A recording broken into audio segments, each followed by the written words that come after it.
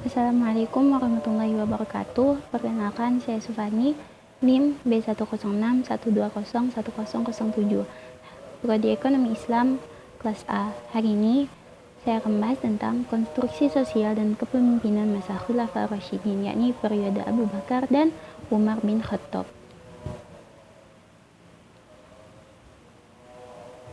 Daftar isi. Nah, jadi yang pertama itu kita akan membahas tentang masa kepemimpinan Abu Bakar, dan yang kedua kita akan membahas tentang masa kepemimpinan Umar bin Khattab. Asal-usul dan nasab. Nama asli dari Abu Bakar adalah Abu Ka'bah, yang merupakan keturunan keluarga kaya Bani Taim dari suku Quraisy, yang lahir di kota Makkah pada sekitar tahun 573. Ayahnya bernama Abu Quhafah Utsman, sedangkan ibunya bernama Salma binti Bakar. Nah, jadi Abu Bakar ini merupakan seorang sahabat yang sangat berjasa dalam membantu dakwah Nabi, di mana sejak kecil Abu Bakar terkenal menjadi anak yang baik, jujur, dan lemah lembut. Dengan sifatnya yang mulia tersebut, Abu Bakar disenangi banyak orang atau masyarakat pada waktu tersebut. Abu Bakar dan Nabi Muhammad merupakan sahabat sejak masih kecil. Nah, setelah Abu Bakar dewasa, Abu Bakar memilih jalan hidupnya menjadi seorang pedagang atau saudagar. Sebagai pedagang, ia sangat sukses dan kaya.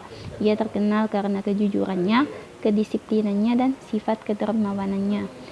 Oleh sebab itu, setelah dia memeluk agama Islam, hampir seluruh harta kekayaannya ia relakan untuk membantu Rasulullah dalam mensyiarkan agama Islam. Abu Bakar menjadi sahabat yang paling dipercaya oleh Nabi Muhammad. Selain itu, Abu Bakar merupakan sahabat yang paling gigih membantu perjuangan Rasulullah. Bahkan Abu Bakar dapat dikatakan sebagai sahabat yang paling banyak berkorban, paling teguh, dan paling patuh di antara para sahabat yang lain.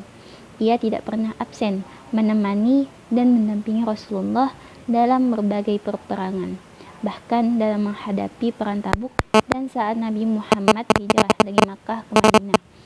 Tidak hanya jiwa dan raganya, seluruh hartanya pun ia sumbangkan untuk membantu perjuangan Rasulullah.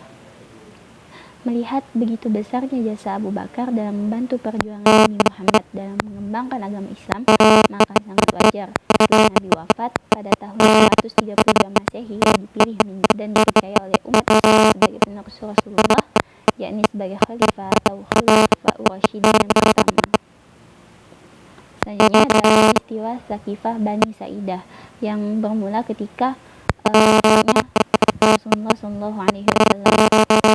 Nah, ketika Rasulullah SAW ini wafat, maka status seorang pemimpin di Jazirah Arab waktu itu tuh telah tiada gitu. Nah, jadi dengan wafatnya Rasulullah tersebut, maka diperlukanlah seorang pemimpin baru untuk memimpin suatu negara tersebut. Maka pemuka Islam pada masa itu bermusyawarah dan menentukan siapa yang patut untuk dijadikan sebagai seorang khalifah pengganti Rasulullah. Nah, setelah perundingan yang cukup memakan waktu dan sempat berdebat, maka dipilihlah Abu Bakar sebagai khalifah. Nah, namun dalam perjalanannya terjadi perpecahan golongan akibat masing-masing kaum mencalonkan seorang pemimpin. Nah, kaum ini berasal dari kaum Ansor dan kaum Muhajirin, di mana masing-masing dari kaum tersebut mencalonkan seorang pemimpin dari kabilahnya. Dari kaum Ansor, mereka mencalonkan Sa'ad bin Ubaidah radhiyallahu anhu dengan alasan mereka yang menolong Nabi Muhammad ketika keadaan di Mekah sedang genting. Nah, kaum Muhajirin juga menginginkan agar pengganti Rasulullah adalah dari kelompok mereka, sebab Muhajirinlah yang telah merasakan pahit getirnya perjuangan dalam Islam sejak awal mula Islam. Sedang di pihak lain terdapat kelompok yang ingin Ali bin Abi Thalib menjadi seorang pemimpin karena jasa-jasa dan kedudukannya selaku menantu Rasulullah. Hingga peristiwa tersebut diketahui Umar bin Khattab Ia kemudian pergi ke kediaman Nabi Muhammad SAW dan mengutus seorang untuk menemui Abu Bakar. Kemudian keduanya berangkat dan di perjalanan bertemu dengan Ubaidah bin Jarrah radhiyallahu anhuma. Setibanya di majelis Bani Sa'idah, mereka mendapatkan dua golongan besar kaum Ansor dan Muhajirin sedang bersih tegang. Dengan tenang, Abu Bakar kemudian berdiri di tengah-tengahnya dan menyampaikan tausiah yang isinya merinci kembali jasa bagi kaum Ansor dan jasa-jasa kaum Muhajirin. Di sela-sela ketegangan itu, kaum Ansor masih menyarankan bahwa harusnya ada dua kelompok. Hal itu berarti perpecahan kesatuan Islam. Nah, jadi kaum ini tuh masih bersitegang untuk agar setiap kelompoknya itu memiliki pemimpin gitu. Kemudian setelah memerlukan waktu yang lama, dibaiatlah Abu Bakar menjadi khalifah karena perjuangan dan keteguhannya dalam menemani dakwah Rasulullah. Lalu kemudian ada sistem politik zaman Abu Bakar. Nah, di sini ada beberapa poin, yakni 6 poin. Adapun sistem pemerintahan yang Abu Bakar terapkan yaitu bersifat sentral, yakni semua kekuasaan legislatif, eksekutif, dan yudikatif terpusat di tangan khalifah. Sementara demikian, Abu Bakar dalam menentukan suatu permasalahan selalu mengajak para sahabat untuk bermusyawarah. Di antaranya, sistem politik di zaman Abu Bakar yang pertama, memerangi kaum Romawi. Abu Bakar mengirim pasukan di bawah pimpinan Usamah bin Zaid sebagai realisasi yang direncanakan Rasulullah saat hidupnya yang belum terlaksanakan. Yang kedua, yakni memerangi kemunafikan dan kemurtadan yang timbul setelah wafatnya Nabi Muhammad. Yang ketiga, sistem pemerintahan berdasarkan musyawarah, di mana musyawarah ini berdasarkan Al-Quran dan Sunnah. Namun ketika tidak terlihat suatu permasalahan yang dijabarkan dalam Al-Quran dan Sunnah, maka terjadilah musyawarah di antara para sahabat dan tokoh-tokoh terbaik untuk membahasnya. Yang keempat, amanat Baitul Mal. Dalam hal ini tidak ada intervensi oleh siapapun karena Baitul Mal merupakan amanat dari Allah Subhanahu wa taala dan milik semua umat Islam. Yang kelima, konsep pemerintahan Abu Bakar telah beliau jelaskan sendiri kepada rakyatnya. Dalam pidato, Abu Bakar mengingatkan, "Wahai manusia, aku telah diangkat untuk mengendalikan urusanmu, padahal aku bukan orang yang terbaik di antara kamu. Maka jika aku dapat menaikkan kewajibanku dengan baik, maka bantulah, ikutilah aku. Tetapi jika aku salah, luruskanlah. Orang yang kamu anggap kuat, aku pandang lemah, sampai aku dapat mengambil hak daripadanya. Sedangkan orang yang kamu lihat lemah, aku pandang kuat, sampai aku dapat mengembalikan haknya kepadanya. Maka hendaknya kalian taat kepadaku selama aku taat kepada Allah dan Rasulnya. Namun ketika aku tidak dapat taat, maka kamu tidak perlu menaatiku." Lalu yang keenam, kekuasaan undang-undang, di mana Abu Bakar tidak pernah menempatkan dirinya di atas undang-undang dan beliau tidak pernah memberikan kekuasaan anak saudara di atas undang-undang. Mereka semua dipandang sama dan dipandangan undang-undang seperti rakyat yang lainnya. Jadi tidak ada perbedaan golongan pada masa pemerintahan Abu Bakar. Lalu ada kisah tentang kaum Riddad dan Nabi palsu, di mana ketika pemerintahan Abu Bakar ini banyak bermunculan sekelompok kaum yang mengaku-ngaku sebagai nabi. Nah, kaum Riddad ini terbagi menjadi 3 kelompok. Yang pertama, mereka mengaku sebagai nabi. Yang kedua, mereka kembali ke ajaran jahiliyah yang mereka anut sebelumnya, yakni ajaran nenek moyang mereka. Lalu yang ketiga, tidak mengakui pemerintahan Madinah, namun mengklaim dirinya Islam. Kemudian menanggapi hal tersebut, Khalifah Abu Bakar bermusyawarah dengan para sahabat. Nah, para kaum Riddad ini dibagi sebuah peringatan bahwa jika mereka masih melakukan hal ini, maka akan ditindak lanjuti. Maka karena mereka tidak juga berhenti dari perbuatan ini dan terus melakukan pemberontakan, maka terjadilah perperangan yang dimaksudkan untuk memberantas kaum-kaum riddah dan nabi palsu ini.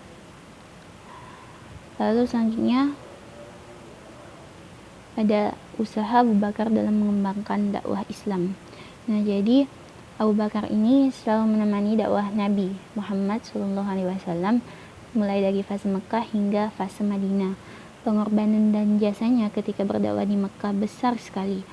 Ia berusaha melindungi Nabi Muhammad ketika banyak orang kafir Quraisy mengejek dan menganggap Nabi Muhammad orang yang tak waras. Dialah yang memberikan perlindungan kepada Nabi saat mendapat kejaran para pemuda kafir Quraisy yang berusaha mengejar Nabi waktu perjalanan ke Madinah ketika berada di Madinah.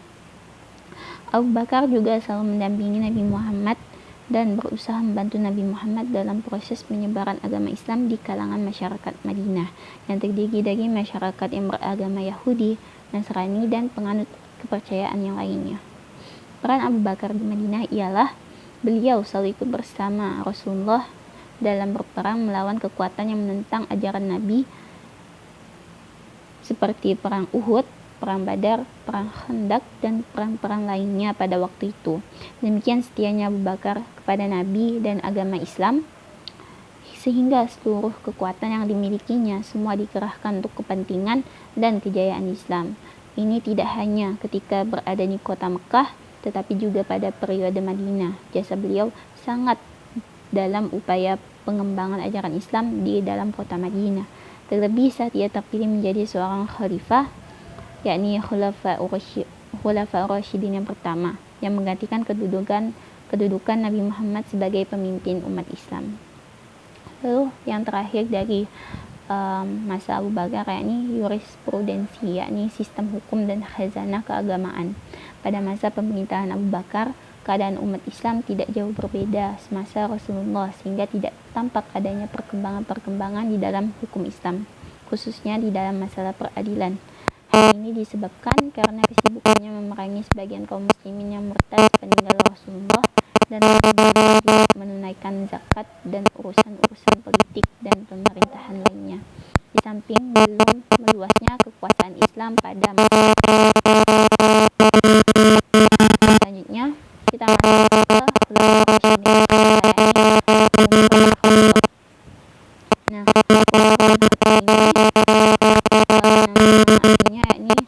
bin Khattab bin Nasir bin Abdul Uzza. Nah, itulah nama panjang dari beliau. Lahir pada tahun 581 Hijriah, yakni 12 tahun setelah kelahiran Nabi Muhammad SAW. Dan beliau mengambil alih kekuasaan pada tahun 13 Hijriah. Perluasan wilayah Islam pada masa Umar bin Khattab. Pada masa kepemimpinannya, kekhalifahan menjadi salah satu kekuatan besar baru di wilayah Timur Tengah. Selain menaklukkan kekaisaran Sasaniyah yang sudah melemah hanya dalam kurun waktu 2 tahun, Umar berhasil mengambil alih kepemimpinan 2/3 wilayah kekaisaran Romawi Timur. Perluasan wilayah ini juga diikuti berbagai pembaharuan dalam bidang pemerintahan dan politik. Departemen khusus dibentuk sebagai tempat masyarakat dapat mengadu mengenai para pejabat negara. Salah satu pendidikan Umar sebagai pengaruh sepanjang sejarah pengembangan Islam sebagai sistem sosial. Nah, pengembangan Islam sebagai sistem sosial ya, ada beberapa poin. Khalifah Umar bukan saja menciptakan peraturan baru, beliau juga memperbaiki dan mengadakan perbaikan terhadap peraturan yang perlu direvisi dan diubah. Umpamanya, aturan yang telah berjalan tentang sistem pertanahan, bahwa kaum muslimin diberi hak untuk menguasai tanah dan segala sesuatu yang didapat dengan berperang. Umar mengubah peraturan ini. Tanah-tanah itu harus tetap di dalam tangan pemiliknya, tetapi bertalian dengan ini diadakan pajak tanah. Umar juga meninjau kembali bagian-bagian zakat yang diperuntukkan kepada orang-orang yang membutuhkan. Di samping itu, Umar juga mengadakan dinas malam yang ilhami dibentuknya masyarakat pada masa masa kekhalifahan Ali. Di samping itu, Nizamul Qadi, yakni Departemen Kehakiman, telah dibentuk dengan hakim yang sangat terkenal yaitu Ali bin Abi Thalib. Dalam masyarakat yang sebelumnya terdapat penggolongan masyarakat berdasarkan kasta. Setelah Islam datang, tidak ada lagi istilah kasta tersebut.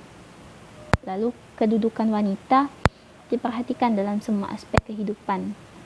Istana dan makanan khalifah dikelola sesederhana mungkin. Terhadap golongan minoritas seperti Yahudi dan Nasrani, diberikan kebebasan menjalankan perintah agamanya. Tidak ada perbedaan kaya miskin. Hal ini menunjukkan realisasi agama Islam telah nampak pada masa Umar. Selanjutnya ada jurisprudensi atau sistem hukum dan khazanah keagamaan masa Umar bin Khattab. Yang pertama, selama masa pemerintahan Umar, kekuasaan Islam tumbuh dengan sangat pesat. Dengan perkembangan Islam yang sangat luas, ia juga banyak melakukan reformasi secara administratif dan mengontrol dari dekat kebijakan publik, termasuk membangun sistem administrasi untuk daerah yang baru ditetapkan. Ia juga memerintah di seluruh wilayah kekuasaan Islam. Tengah-tengah masa kekhalifahannya, surat yang sampai kepadanya tanpa tanggal ketika surat tersebut harus dibalas, harus mengetahui tanggalnya. Ketika orang-orang mengusulkan untuk mempergunakan penanggalan Romawi atau Persia, Umar menolak. Ia menginginkan Islam memiliki penanggalan khusus. Lalu orang-orang mengusulkan agar penanggalan dimulai dengan kelahiran Nabi atau Isra Mi'raj. Namun, akhirnya Umar memilih waktu hijrah sebagai awal penanggalan.